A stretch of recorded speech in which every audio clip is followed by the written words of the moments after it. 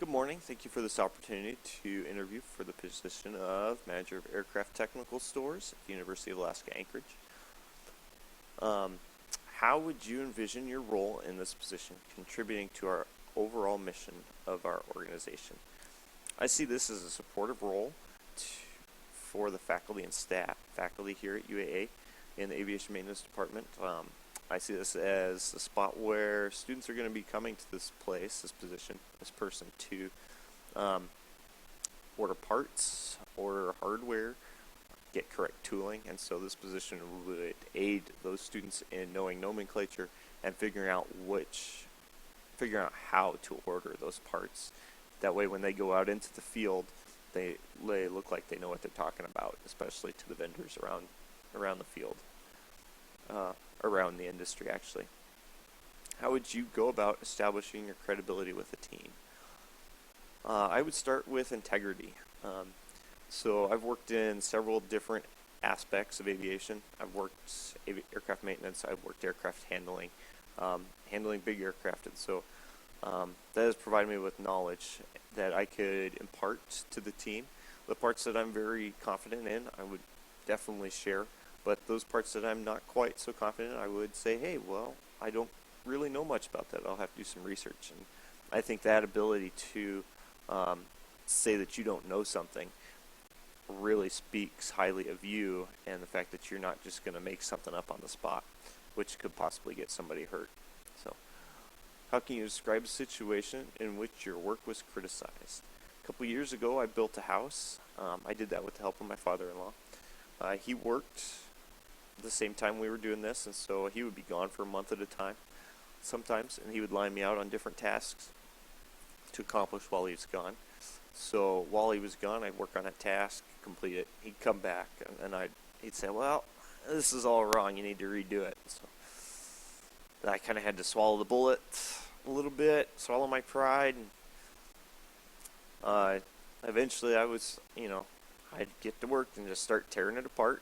Sometimes this would mean losing resources, which really made me upset because I don't like to waste things. And then, once I got it all torn apart, I'd put it back together the way he said. And it was a very humbling experience, but the good thing about doing things twice is you get faster at it the second time. What irritates you about other people, and how do you handle it? The thing that irritates me the most about other people is disrespect. When people disrespect me, it's tough to not take it personally, and so I kind of have to take a step back, a deep breath, and then examine it from an outside perspective and take a look at it. They probably didn't mean to do that. If they did mean to do that, or it's like, how could they not have meant to do that? I'll usually go to them and have a chat, and we'll say, hey, what's going on here? This really bugged me. Did you mean to do this? Is there any way we can work around doing that in the future? And the whole point of that is to build a relationship and create good relationships, professional relationships with my coworkers or with people in general, just so that we can work professionally and cohesively in the future. What can you offer us that other candidates cannot?